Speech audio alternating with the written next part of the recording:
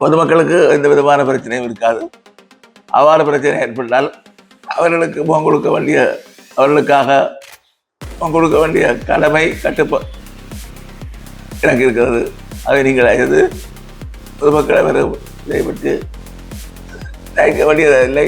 குறிப்பாக வெளிநாட்டிலிருந்து அனுப்பும் பணங்கள் ஏதாவது அமைப்புகள் ஊடாக அனுப்பப்படுகிறதா என்பதை பற்றியும் அவர்கள் தீவிரமான விசாரணை நடத்தி கொண்டு எதுவாக இருந்தாலும் இந்த உதவியை செய்த அத்தனை பேருக்கும் நன்றியை கூறிக்கொண்டு புதிதாக இனிமேல் நீங்கள் பணத்தை தேர்ந்தெடுக்கான முயற்சிகளில் ஈடுபட வேண்டாம் என்று கேட்டுக்கொண்டு இந்த பணத்தை முழுமையாக விவரங்களை வெளியிடுவேன்.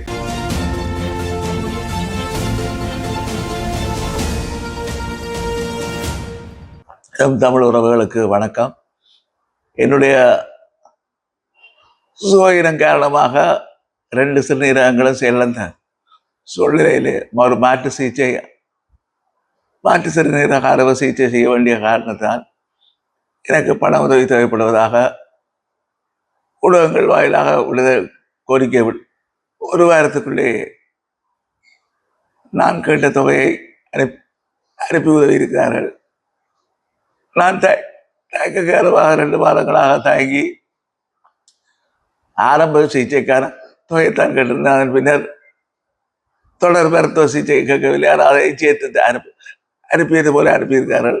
ஆகவே இந்த உள்ளங்களுக்கு தமிழ் உறவுகளுக்கு கோடான கோடி நன்றியை நான் தெரிவித்துக் கொண்டு அதே நேரத்தில் வங்கிகள் தங்களுடைய நடைமுறையை வைத்துக்கொண்டு எவ்வாறு பணம் அங்கிருந்து வந்தது அதுக்கான காரணங்களை தருமாறும் கேட்டிருக்கிறார்கள். பொதுமக்களுக்கு எந்த விதமான சிரமம் விசாரணைகளை நான் மாத்திரம் எதிர்கொள்வதற்கு தீர்மானித்திருக்கின்றேன். பொதுமக்களுக்கு எந்த விதமான பிரச்சனையும் இருக்காது. அவ்வாறு பிரச்சனை ஏற்பட்டால் அவர்களுக்கு முகம் கொடுக்க வேண்டிய அவர்களுக்காக முகம் கொடுக்க வேண்டிய கடமை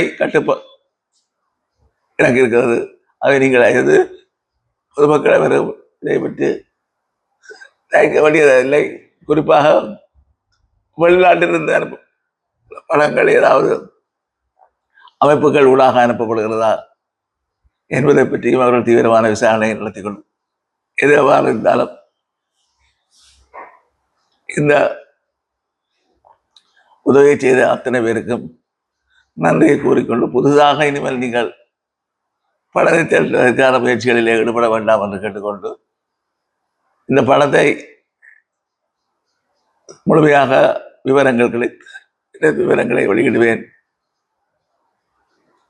அது மாத்திரமல்ல, இதிலே எனது செலவுக்கு போக மீதியாக வருகின்ற பணத்தை வைத்துக்கொண்டு தமிழீழ தேசிய விடுதலை போராட்டத்துக்காக நினைவு சின்னங்களை அமைப்பதற்காகவும் பாதிக்கப்பட்டவர்களுக்கு நான் உதவிகளை செய்வதற்கும் தீர்மானித்திருக்கின்றேன்.